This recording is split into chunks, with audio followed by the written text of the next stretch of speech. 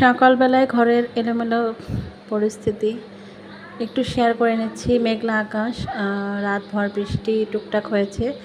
তো সকালবেলায় হালকা একটু রোদ উঠবে ভেবেছিলাম, এই জন্য এই ভেজা কাপড়গুলো দিয়ে দিয়েছিলাম বারান্দায়। কালকে অনেকগুলো কাপড় ধুয়ে দিয়েছিলাম, তো সেগুলো শুকিয়ে গেছে, সেগুলো সব ঘরে নিয়ে এসে রাখলাম। এগুলোকে আবার ভাঁজ করতে হবে। আর কিছু কাপড় চোপড় আছে যে বারান্দায় আবার দিলাম।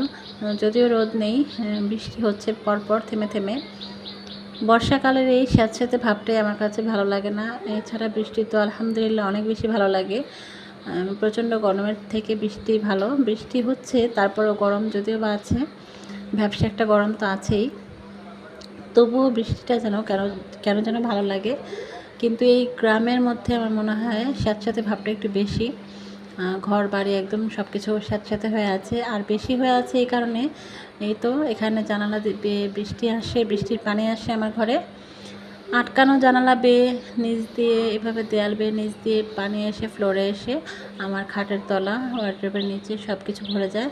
তো এগুলো সারাক্ষণ যতক্ষণ বৃষ্টি হয় একটু পরপর মোছামুছি করতে হয়, এই জন্য ঘর মুছনি টেনে রেখেছি। আর এই তো চারিদিক কেমন যেন সতেজতায় ভরে যায় বৃষ্টি হলে। আলহামদুলিল্লাহ এত ভালো লাগে যে বলার মতো না। বুঝতে পারছেন কিনা জানি না, সবুজ হয়ে গেছে সব দিক। পরিষ্কার পরিচ্ছন্নতা একটা ব্যাপার এসে যায়, আমার চোখের শান্তি হয়। আলহামদুলিল্লাহ, মাশাল্লাহ, চোখের শান্তি হয় যখন এই বৃষ্টিটা হয়, এই সবুজগুলো দেখলে। কিন্তু স্যাঁতস্যাঁতে ভাবটা ভালো লাগে না, এই আর কি। এখন যাই হোক, আমি বাজার নিয়ে আসলে কাজ শুরু করব। আর এইখানে হচ্ছে আমি আদা রসুন ফ্রিজে রেখে দিয়েছিলাম কেটে ধুয়ে।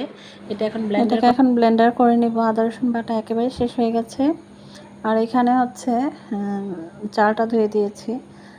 সকালে নাস্তা করার একটু আগে আমি চালটা ধুয়ে রেখে দিই রাইস কুকারে। যেহেতু কুকারে ভাত রান্না করি, তো রেডি করে রেখে দিই। আর ভাতটা ভালো হয়, ঝরঝরে হয়। আর এখানে কিছু কাজকর্ম আছে, সেগুলো সেরে নিব। ততক্ষণে বাজার নিয়ে চলে আসবে।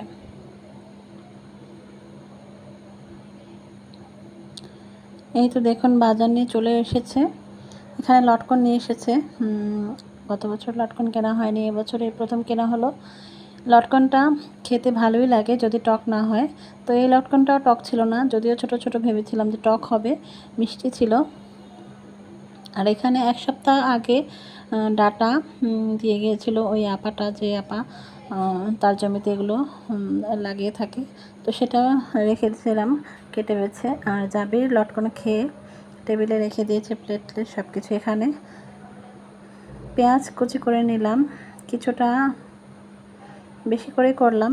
মাছে দিব, রুই মাছ নিয়ে এসেছে, ছোট্ট একটা রুই মাছ এনেছে। আর কিছু সবজি, এখানে মাছের প্রচুর দাম। এখানে মাছ সবজি এগুলো কেনা সব জায়গায় দাম, তারপর আমার মনে হয় এই গ্রামে মাছের একটু বেশি দাম।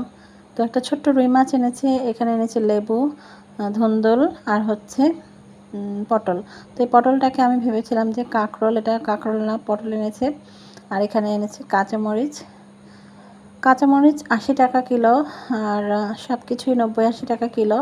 এখানে তরকারি 2-3 পদে আনা যায়, এর বেশি আনা যায় না। আর এই তো আজকে আপনাদেরকে দেখাবো যে পুরনো জিনিসকে কি করে নতুন করে নেওয়া যায় আর আরামদায়ক করে নেওয়া যায়।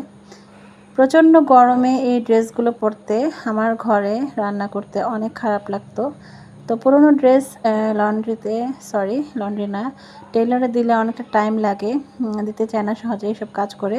তাই এখানে আমি মাছ কাটার কেচি দিয়েই আমার এই ফুল হাতা ড্রেসটা হাফ হাতা করে নিলাম, শর্ট হাতা করে নিলাম, যাতে একটু আরাম হয়।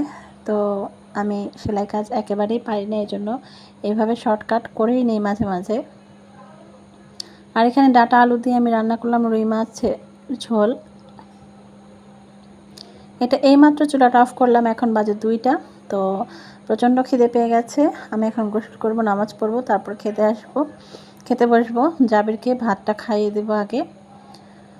আর লেবুও কেটে নিলাম।